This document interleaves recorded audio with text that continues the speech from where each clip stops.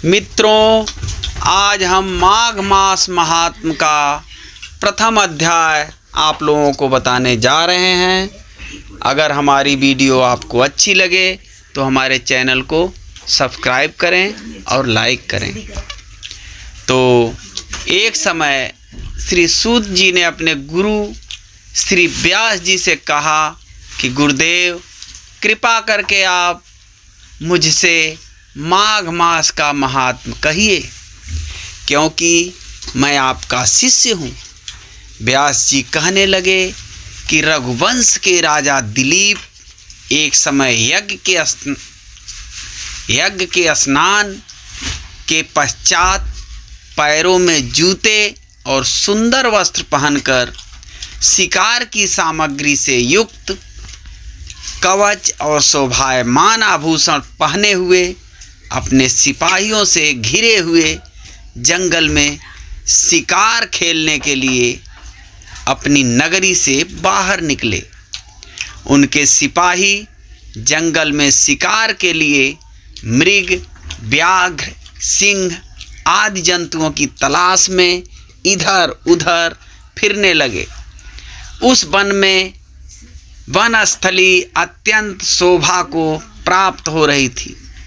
कहीं कहीं मृगों की झुंड फिरते थे, कहीं गीदड़ अपना भयंकर शब्द कर रहे थे, कहीं गैंडों का समूह हाथियों के समान फिर रहा था और कहीं वृक्षों के कोटरों में बैठे हुए उल्लू अपना भयानक शब्द कर रहे थे और कहीं सिंहों के पद चिन्हों के साथ घायल मृगों के रक्त से भूमि लाल हो रही थी और कहीं दूध से भरी थनों वाली सुंदर भैंसें फिर रही थी और कहीं पर सुगंधित पुष्प, हरी भरी लताएं वन की शोभा को बढ़ा रही थीं और कहीं बड़े बड़े पेड़ खड़े थे तो कहीं पर उन पेड़ों पर बड़े बड़े अजगर और उनकी केचुलियों भी पड़ी हुई थी। उस समय राजा के सिपाहियों के बाजे की आवाज़ सुनकर एक मृग वन में से निकलकर भागने लगा और बड़ी बड़ी चौकड़ियां भरता हुआ आगे बढ़ा।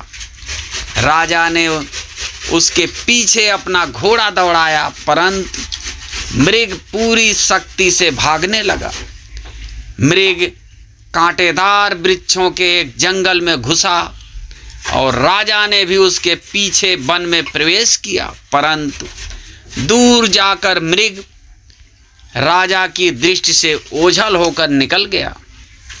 राजा निर्जन वन में अपने सैनिकों सहित प्यास के मारे अति दुखी हो गया और दोपहर के समय अधिक मार्ग चलने से सैनिक भी थक गए और घोड़े रुक गए। कुछ देर बाद राजा ने एक बड़ा भारी सुंदर सरोवर देखा, जिसके किनारे पर घने वृक्ष थे। इसका जल सज्जनों के हृदय के समान स्वच्छ और पवित्र था। सरोवर का जल लहरों से बड़ा सुंदर लगता था। जल में अनेक प्रकार के जल जंतु, मछलियां आदि स्वच्छंदता से इधर उधर फिर रही थीं। दुष्टों के समान निर्दयी चित्त वाले मगरमच्छ भी थे। किसी किसी जगह लोभी के समान सीमाल भी पड़ी हुई थी। जैसे विपत्ति में पड़े हुए लोगों को, दुखों को हरने वाले दानी पुरुषों के समान यह सरोवर अपने जल से सबको सुखी करता था। जैसे मेघ चातक के दुख को हरता है, इस सरोवर को देखकर राजा की थकावट दूर हो गई और रात्रि को राजा ने वहीं विश्राम किया और सैनिक पहरा देने लगे और चारों तरफ फैल गए। और रात के अंतिम समय में सूकरों के एक झुंड ने आकर सरोवर में पानी पिया और कमल के झुंड के पास आया।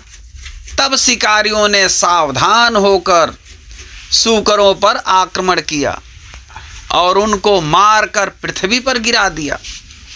उस समय जब शिकारी कोलाहल करते हुए बड़ी प्रसन्नता के साथ राजा के पास गए और राजा प्रभात हुआ देखकर उनके साथ ही अपनी नगरी की ओर चल पड़ा, जिसका शरीर तपस्या और नियमों के कारण बिल्कुल सूख गया था, जो मृगछाला और वल्कल पहने हुए था और नख, रोम तथा केश धारण किए हुए था।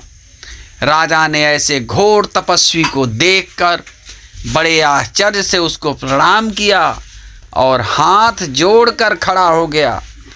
तपस्वी ने राजा से कहा कि हे राजन, इस पूर्ण शुभ माघ में इस सरोवर को छोड़कर तुम यहाँ से क्यों जाने की इच्छा करते हो?